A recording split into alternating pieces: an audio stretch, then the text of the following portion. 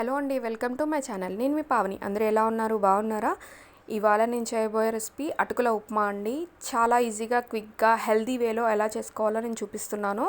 తప్పకుండా recipe try చేయండి. అలాగే నా ఛానల్ని సబ్స్క్రైబ్ చేసుకోకపోతే సబ్స్క్రైబ్ చేయండి. రెసిపీ నచ్చితే ఒక లైక్ చేయండి. ఫస్ట్ మనము ఇక్కడ 2 రకాల అటుకులు ఉంటాయండి. హార్డ్గా ఉండే అటుకులు తీసుకోవాలి. జస్ట్ ఒకటేసారి వాష్ చేయాలండి. ఎక్కువసేపు కూడా ఉంచకూడదు. వెంటనే ఇలా జల్లెడ దాంట్లో వేసేసుకొని ఫిల్టర్ చేసేసుకోవాలి. ఫిల్టర్ చేసి పక్కన పెట్టుకున్న తర్వాత ఇలా పొడి పొడిగా అయిపోతాయి అటుకులు అనేది. ఇప్పుడు ఇక్కడ మనము ఒక ఆనియన్, ఒక 2 పచ్చిమిర్చి, కొద్దిగా కరివేపాకు తీసుకొని పక్కకు పెట్టుకుందాం. ఇప్పుడు కడాయి పెట్టుకొని అందులో ఆయిల్ వేసి అందులో ఆవాలు వేయాలి. ఆవాలు, పల్లీలు, కొద్దిగా పచ్చిశనగపప్పు వేసి వేయించుకోవాలి. ఇవి వేగుతాయి కదా అండి. వేగిన తర్వాత ఇందులో మనము ముందుగా కట్ చేసి పెట్టుకున్న ఉల్లిపాయ, పచ్చిమిర్చి నేను పొడుగ్గా కాకుండా చిన్న చిన్నగా కట్ చేశానండి. అలాగే ఇవి కూడా కట్ చేసి వేసుకోవాలి. ఇవి కూడా బాగా వేగాలి. వేగిన తర్వాత ఇది కూడా సిమ్లో పెట్టి వేయించండి, లేదంటే పల్లీలు, ఉల్లిపాయ అన్నీ మాడిపోతాయి.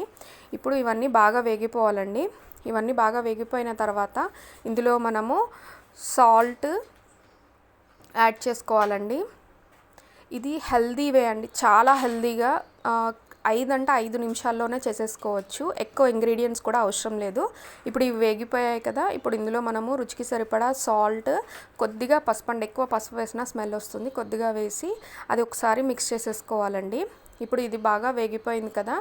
ఆయిల్ కూడా ఇందులో ఎక్కువ పట్టదండి. చాలా లెస్ ఆయిల్తో హెల్త్కి చాలా మంచిదండి. షుగర్ పేషెంట్స్కి కానీ ఎవరికైనా కూడా చాలా బాగుంటుంది. ఇప్పుడు మనం ముందుగా వడకట్టి పక్కన పెట్టుకున్న అటుకులు ఉన్నాయి కదా, చూసారా ఎంత పొడిగా ఉన్నాయో? ఇంత పొడిగా ఉండాలి. ఇప్పుడు ఈ అటుకుల్ని ఇందులో యాడ్ చేసేద్దాము. సిమ్లో పెట్టాలండి. సిమ్లో పెట్టే చేయాలి. ఫ్లేమ్ అనేది పెంచకూడదు. ఇప్పుడు వీటిని కూడా బాగా మిక్స్ చేసేసుకుందాము.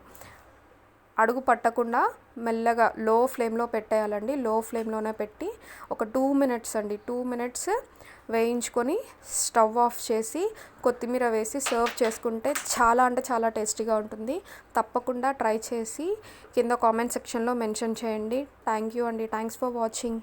అలాగే లాస్ట్లో లెమన్ అనేది ఆప్షనల్ అండి. మీరు సర్వ్ చేసుకున్న తర్వాత లెమన్ పిండుకోవచ్చు. ఇష్టం లేని వాళ్ళు డైరెక్ట్గా కూడా తినేయచ్చండి. సో ఎలా ఇష్టమైతే అలా తినండి. బట్ టేస్ట్ అనేది అదిరిపోతుంది. తప్పకుండా ట్రై చేయండి. నా ఛానల్ని సబ్స్క్రైబ్ చేసుకోండి. నచ్చితే కింద కామెంట్ చేయండి. Thank you. Like, share and subscribe to my mummy channel.